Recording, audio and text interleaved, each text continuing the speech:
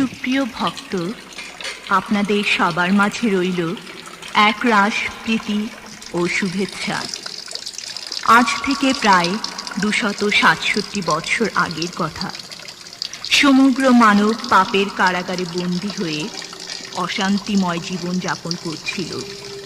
আর তখন পৃথিবীতে আবির্ভাব হলো এক মহামানবের।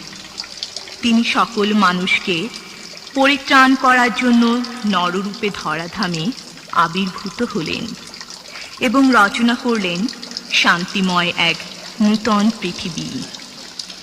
বাংলা 1137 সালে, ইংরেজি 1730 খ্রিস্টাব্দে পশ্চিমবঙ্গের অন্তর্গত বারাসাত জেলার অধীনে কাঁকড়া কচুয়া গ্রামে রামকানাই ঘোষাল মহাশয়ের ঔরসে কমলা দেবীর গর্ভে কলিযুগের আরেক অবতার মহাযোগী বাবা লোকনাথ ব্রহ্মচারীর জন্ম হয়।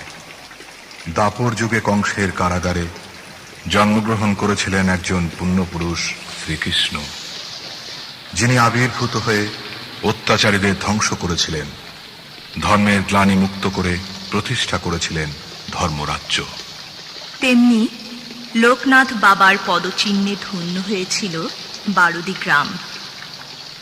বাংলা 1297 সালের 19 জ্যৈষ্ঠ বাবার দীর্ঘ 160 বৎসরের অলৌকিক জীবনের সমাপ্তি হয়। আজ তিনি তার পার্থিব স্থূল শরীরে আমাদের মধ্যে নেই, কিন্তু তার ভক্তগণের হৃদয়ে তিনি চিরজাগ্রত। সকল মানবের পাপাত্মা শৃঙ্খল খুলে দিয়ে তিনি উচ্চারণ করলেন এক অভয় বাণী। হে পরিশ্রান্ত ভারাক্রান্ত লোক সকল,